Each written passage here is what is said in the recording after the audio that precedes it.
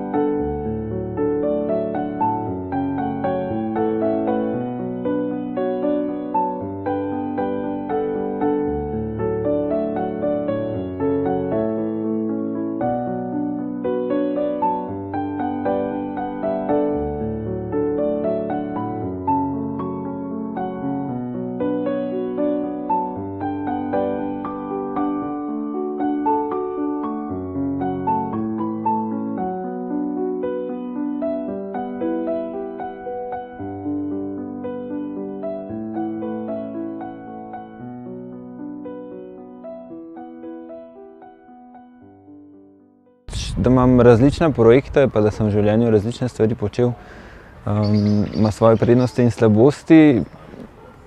Prednosti so predvsem v tem, da lahko grem, kamor hočem, da imam malo prilagodljiv delovni čas, take stvari. Slabosti so pa da potem včasih delaš preveč, včasih nimaš za delati.